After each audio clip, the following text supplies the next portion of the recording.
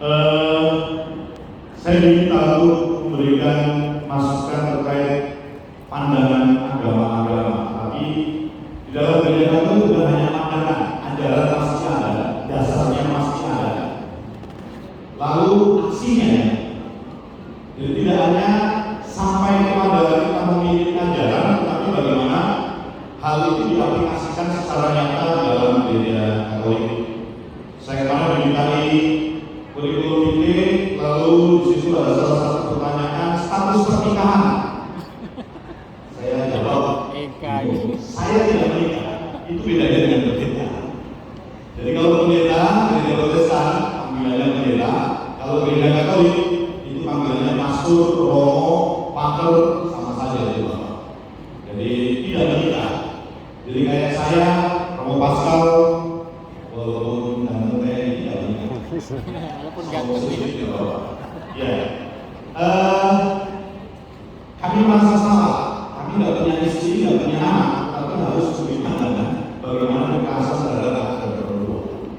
Tapi yang jelas justru dengan kebebasan kami justru memberikan pendampingan khusus pada mereka. Dan dalam gereja Katolik itu kami berdasarkan dari perintah Yesus sendiri. Next, Mas. Ya, jelaskan. Dari gambar itu ada dua gambar. Barang siapa yang ada di sini yang tidak pernah melakukan dosa, maka dia boleh jadi yang pertama untuk melempar perempuan yang dizinai. Pergilah dan jangan berbuat dosa. Konteksnya ada orang membawa perempuan berzina pada Yesus. Lalu kemudian mau kita apa ini? Kita berubah, kita raja kita. Lalu Yesus balik ada yang membawa. Kalau dari antara kalian ada yang tidak punya dosa, lemparlah yang pertama. Akhirnya para tua itu pun mundur. Asal punya mereka semuanya Yesus. Itu perbiakan Yesus pada perempuan. Bahkan pada perempuan yang seharusnya sudah dihukum, apalagi yang tidak punya dosa dan tidak perlu. Yang kedua itu anak-anak mendapat tempat yang utama karena dia adalah empunya kerajaan surga. Yesus bahkan bersabda bahwa anak-anak adalah empunya kerajaan surga. Kalau masuk surga ya dia seperti anak-anak.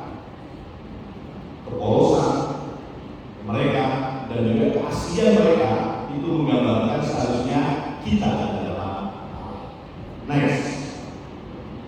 Dari pimpinan tertinggi kami, Paus Fransiskus menggantungkan harapannya akan dunia yang lebih damai di tahun baru pada perempuan. Ia mengatakan kekerasan terhadap perempuan sama artinya dengan tidak menghormati Tuhan dan menyerukan agar perempuan semakin dilibatkan dalam membuat keputusan besar.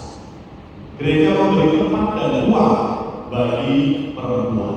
Bahkan baru-baru di tahun 2019, Paus juga mengeluarkan undang-undang baru khusus untuk keberpihakan kepada orang rentan dan anak-anak. Perlindungan terhadap mereka. Next. Paus menolak seluruh bentuk kekerasan terhadap perempuan yang modern ini. Seluruh bentuk kekerasan terhadap perempuan merupakan penghinaan terhadap Tuhan. Ia juga menyerukan diakhirinya eksploitasi tubuh perempuan dengan mengatakan tubuh perempuan harus dibebaskan dari konsumerisme dan harus dihormati serta dihargai. Paus mengatakan sering tubuh perempuan dikorbankan dari iklan, keuntungan, pornografi dan dimanfaatkan secara komersial. Ditambahkan yang masih perempuan merupakan sumber kehidupan, mereka terus-menerus dihina, dipukuli, diperkosa, dipaksa menjadi pelacur atau dipaksa melakukan aborsi. Gereja Katolik melarang praktik aborsi. Itu salah satu statement jelas dari Gereja Katolik. Juga termasuk kalau dalam keluarga, Gereja Katolik tidak telah percaya menikah sekali seumur hidup atau tidak menikah sama sekali saya. Dasar hukum yang lain ada dasar teologis, ada dasar hukum gereja. Nanti bisa kita lihat teologis, ada teologi itu yang Biblius itu ada banyak. Bukan hanya itu sebenarnya, hukum gereja juga ada banyak dalam dokumen-dokumen konsili dan yang lain-lain. Nah, untuk di USUPA atau di tingkat Indonesia nasional ada yang disebut dengan Komisi Keadilan Perdamaian dan Perantau, Pastoral Migran Perantau, Komisi KKPP. Itu di tingkat nasional dan itu ada di seluruh provinsi supaya kalau ada terjadi kekerasan dan yang lain, tindakan-tindakan terkait human trafficking, ada tempat untuk menangani, ada tempat untuk dibimbing dan membimbing. Di sini secara khusus di Pusat Pangkal Pinang itu ketuanya Romo Pasca. Sehingga kami punya tempat tersendiri shelter di Seharapan untuk menampung korban-korban. Sekarang tidak tahu berapa banyak korban yang ada di shelter ditampung di sana. Jadi ada tempat khusus. Selain shelter yang khusus, semua paroki ini juga ada seksi. Selain komisi ada seksi di tingkat paroki, di tingkat semacam saya dengan pimpinan. Itu ada. Boleh juga paroki. Jadi jelas dari ajaran sampai ke aksi. Nah, kalau nggak percaya bisa dilihat dari yang bisa sampaikan. Itu ada PIC-nya atau ada pasal-pasal yang dituju secara khusus untuk membawahi komisi-komisi ini di Pusat masing-masing. Terkait dengan kegiatan dan pelayanan gereja, tentu membutuhkan kerjasama berkaitan antara pemerintah. Dari mohon kami dengan punya ajaran dan pandangan juga punya aksinya. Kami mohon memang apakah kita dalam satu perahu yang sama? Bagaimana arah kebijakan itu menjadi satu jalan?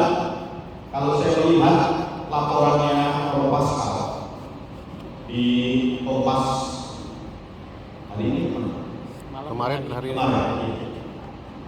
Ini seolah-olah pemerintah bukan mitra.